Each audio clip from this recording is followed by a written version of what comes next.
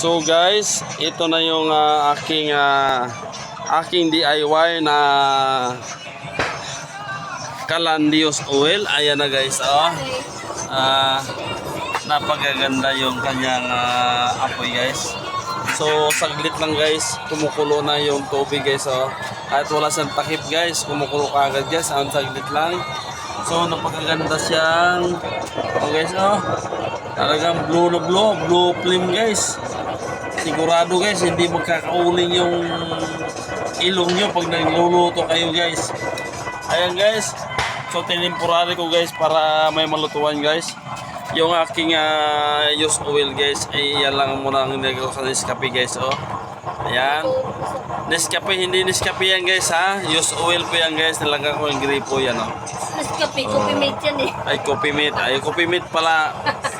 Oh, Nestle, hindi coffee mate, yan. Pero used oil ang laman yan guys. Ayan. So, ayan.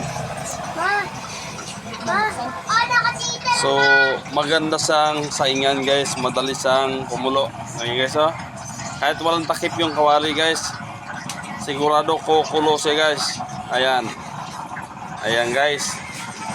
So, maraming salamat guys sa inyong panonood at support guys sa aking YouTube channel. Maraming salamat sa inyo guys.